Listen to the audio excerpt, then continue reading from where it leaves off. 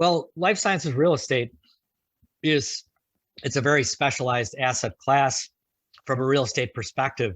And because of the substantial capital investments required into the base building to support a wet laboratory environment where chemists and biologists can work at hoods and BSL-2 hoods and organic chemistry, the infrastructure required to support that type of work in HVAC and electrical are substantially higher than just a commercial office building.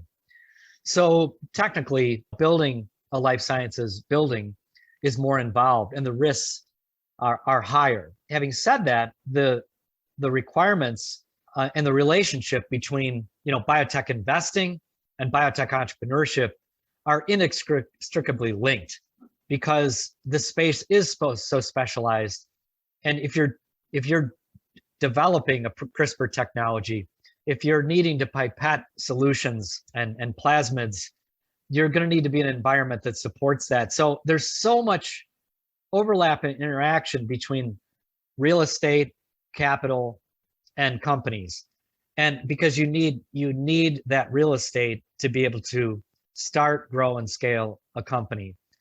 I think what's happening here now recently is because of the COVID effects on commercial buildings and the drive to remote working during the pandemic and its implications on the future of work, that along with the visibility around the opportunity and growth in the life science industry that I talked about in my earlier comments are fueling a new appetite to build life sciences laboratories given the expected demand over the course of the next decade. And so there's a whole new group of investors and developers that are fueling the build out of even speculative spaces in markets, knowing that the demand is going to be there for that specialized space. So I think that back to what makes a sustainable biotech ecosystem, if you don't have that specialized real estate and laboratory space, then you really will continue to be a chief exporter of intellectual property and talent. You can start things, get things going in the academic setting, but you need the infrastructure to continue to grow and scale and house those opportunities in the given locale. So real estate's critical. Now, real estate also works in an environment, a regulated environment. There are codes.